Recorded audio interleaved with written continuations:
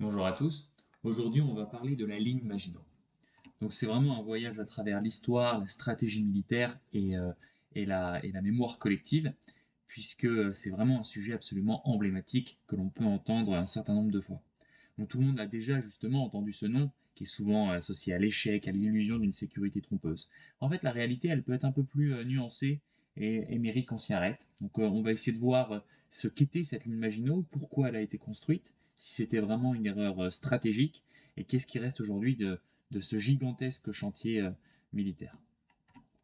Donc en 1918, la Première Guerre mondiale, elle se termine et la France est victorieuse, mais à un prix vraiment énorme, puisqu'il y a eu environ 1,4 million de morts, des millions de blessés et mutilés, des régions entières détruites, notamment le nord-est du pays. Et donc le souvenir des tranchées, des obus et des offensives meurtrières est encore brûlant. La priorité de la France est donc claire, ne jamais revivre l'enfer de 14-18. Pour cela, il faut empêcher une nouvelle invasion allemande. Donc sur le plan diplomatique, la France cherche des alliances avec ses voisins, notamment la Belgique, la Pologne ou la Tchécoslovaquie. Mais ces alliances sont fragiles. Et sur le plan militaire, la réflexion s'oriente rapidement vers une solution défensive.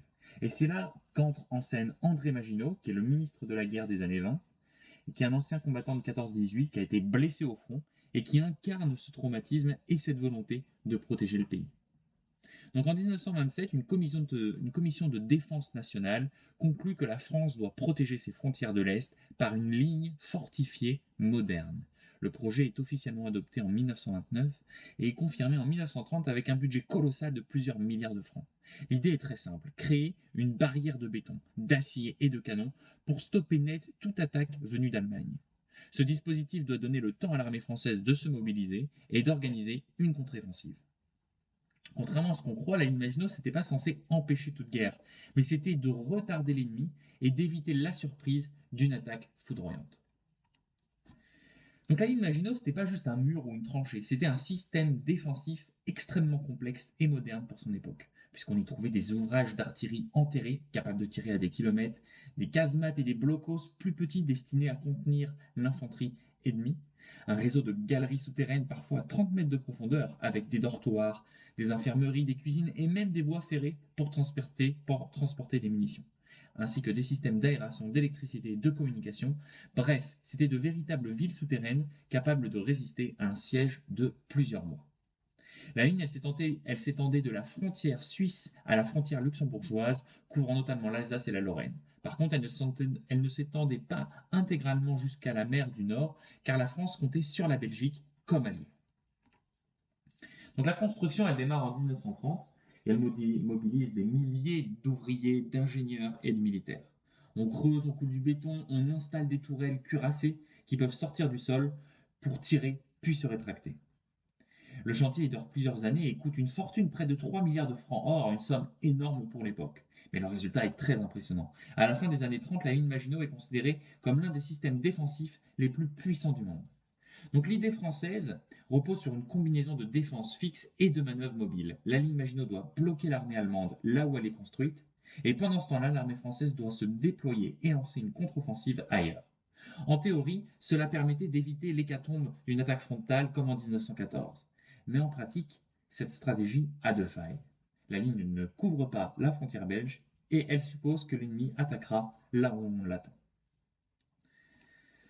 Donc en septembre 1939, la guerre éclate. L'armée française se mobilise et prend position derrière la ligne Maginot. Pendant des mois, c'est la drôle de guerre. Les soldats attendent derrière les fortifications, tandis que les Allemands se préparent. Puis en mai 1940, Hitler lance son offensive. Mais au lieu d'attaquer de front la ligne Maginot, les Allemands choisissent une autre route. Ils passent par la Belgique et les Ardennes, une zone jugée difficile pour les blindés. C'est la fameuse percée de Sedan. En quelques semaines, l'armée allemande contourne complètement la ligne Maginot et fonce sur Paris.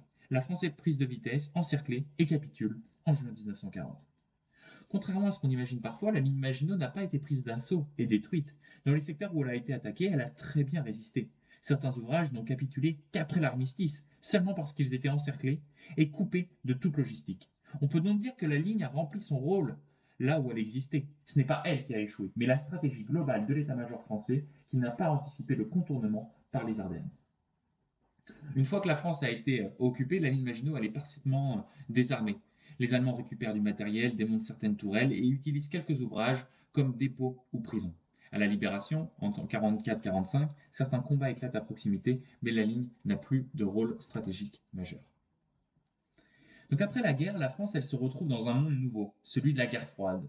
On craint cette fois une invasion soviétique venant de l'Est. Une partie de la ligne Maginot est donc remise en état dans les années 50, modernisée avec de nouveaux systèmes de tir, mais très vite, avec l'avènement du nucléaire et l'évolution des stratégies militaires, ces fortifications deviennent obsolètes.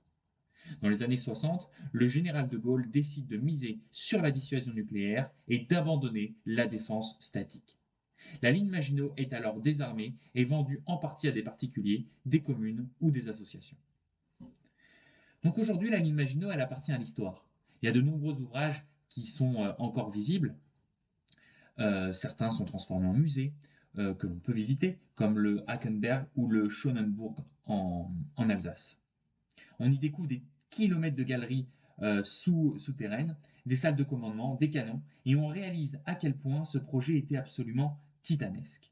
Dans l'imaginaire collectif, la ligne Maginot est souvent associée à l'idée d'une illusion, d'un effort colossal mais inutile. Pourtant, l'histoire nous montre qu'elle a bien tenu militairement, mais qu'elle a été contournée stratégiquement.